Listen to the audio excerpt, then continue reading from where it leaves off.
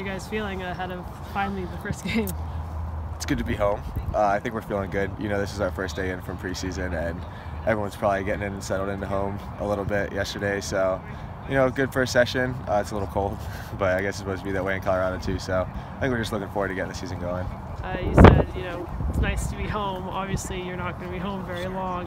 Are there things you've been talking about the last few weeks to make sure you guys are as prepared as you can be for this 12 games coming up? Yeah, I mean, I think, you know, we just made sure that everybody realizes what's coming up. And, you know, I think everybody on the team realizes that it's not going to be easy and it's going to take a lot of commitment. And at the end of the day, it's going to take a lot of sacrifice from everybody. So, you know, we took a little bit of time in preseason, talked about that, and made sure everybody was on the same page. And I think, you know, as we saw in our last performance in preseason, I think everybody's in the right mindset now, and we're ready to roll. Your lineup in the last game of preseason, obviously, we don't know what it's going to look like in Colorado, but, you know, pretty close to the lineup you guys had at MLS Cup. You guys haven't made a ton of changes in this offseason. Do you feel like you're in a good position to build off last year? Do you feel like the team, just by another year together, is getting even better? Yeah, I think so. I mean, if you look at last year, it took us a really long time to kind of get the unity and kind of get the culture that I think Gio was looking for. And now, you know, when you don't make a bunch of changes in the off season and it's a lot of the same faces and a lot of the same people in the locker room, you can kind of build off that momentum that you built last year. And, you know, of course, preseason is preseason, but for me, I was excited to see how some of the younger guys did, because it seemed like a lot of those guys came in after another year and, you know, really stepped their game up, and I think they're going to help us a lot going forward as well on this road trip. So for me, it was a good preseason to, you know, get that feeling back inside the group of guys that play a lot more than the other guys, but I also thought it was really important for the younger guys too, because they stepped up.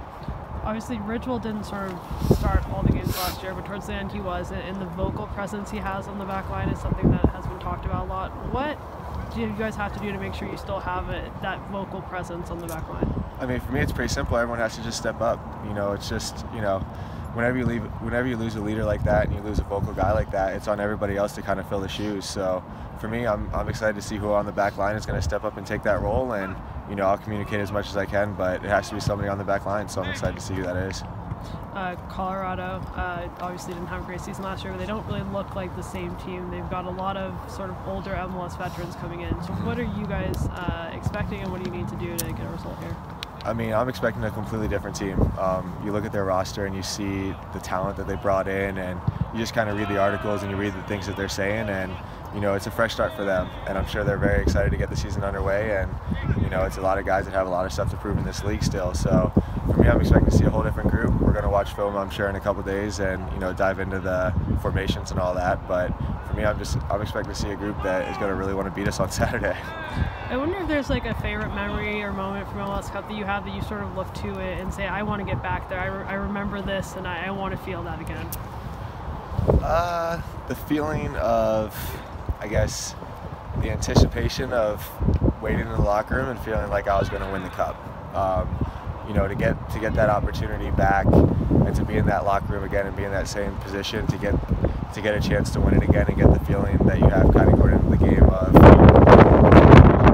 like lifting the cup. So to get back to that moment and to get back to that game and to be in the locker room before that kickoff, I think is something that I'm going to get back to.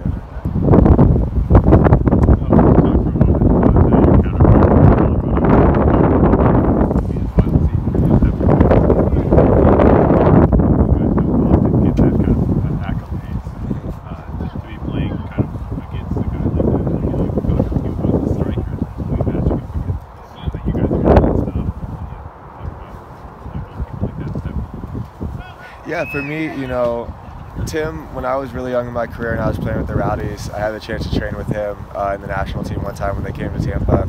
And, you know, I picked his ear and he gave me advice. And, you know, from that moment on, I just kind of had a different respect for him, because, you know, for me, he's the best guy that's done it in a U.S. national team jersey. He's, you know, he's kind of moved the bar of U.S. goalkeeping, especially when he was playing those World Cups. So to be on the field and get the opportunity to play against him, and, you know, I know we'll probably just do the little goalkeeper union hello and all that before the game and after the game. So just to get the opportunity to be on the same field as him is something that, you know, when I was younger in my career, I would have said I never would have gotten the chance, but now to be there for his final year, it's going to be pretty cool.